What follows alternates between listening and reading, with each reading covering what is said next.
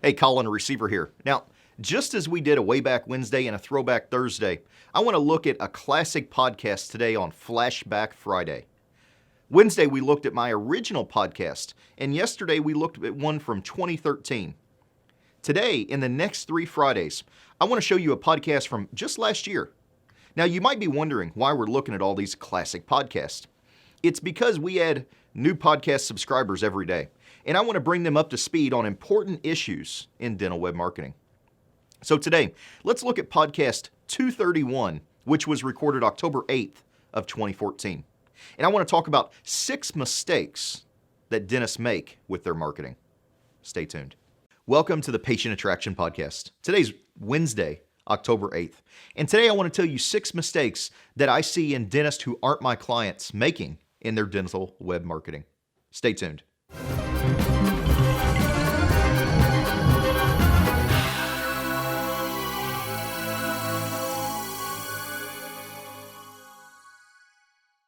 Since you're watching this podcast, you already know more than 99% of the other dentists out there. But no matter how savvy you are, you could still be making a few mistakes in your own web marketing. In fact, you're probably making several, or a few of you might be making all of them. I've covered all of the mistakes in one form or another in the past 230 podcasts that I've done, but I can only give you the information. I can't make you implement it. So here's the top 6 mistakes I see in dental web marketing across the country. Number 1, you're not tracking. How do you know if you're getting your money's worth or what you're getting if you can't even identify which of your marketing channels is bringing you phone calls and new patients, or are they just eating up your cash? You've got to have tracking that is much more than just hits and clicks and, the time that a patient spends on your website, because those metrics aren't giving you the data that you need to know if it's working. Number 2, assuming you know what works best. This kind of piggybacks on number 1. You know what proves whether something works or not? Data.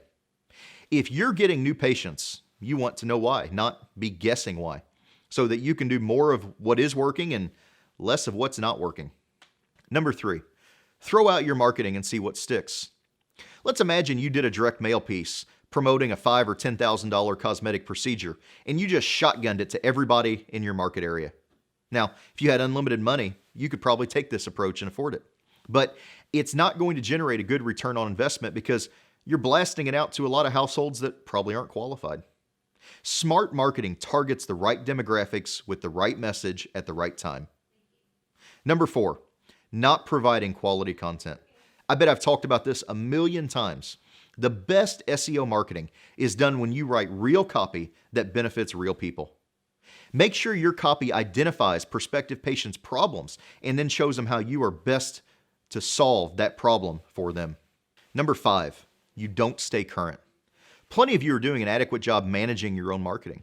But as a person in the industry, it takes no time to fall behind and lose effectiveness.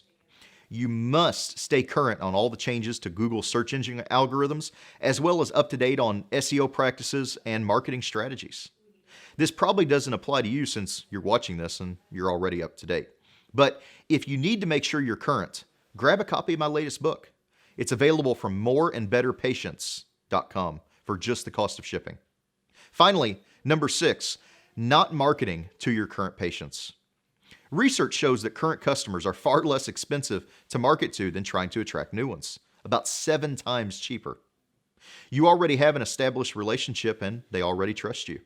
This should be a no-brainer for you, but so many dentists aren't maximizing their internal marketing. Come back tomorrow, and I'm going to start a 2-day series on identifying which type of business owner you are. Until then, keep moving forward.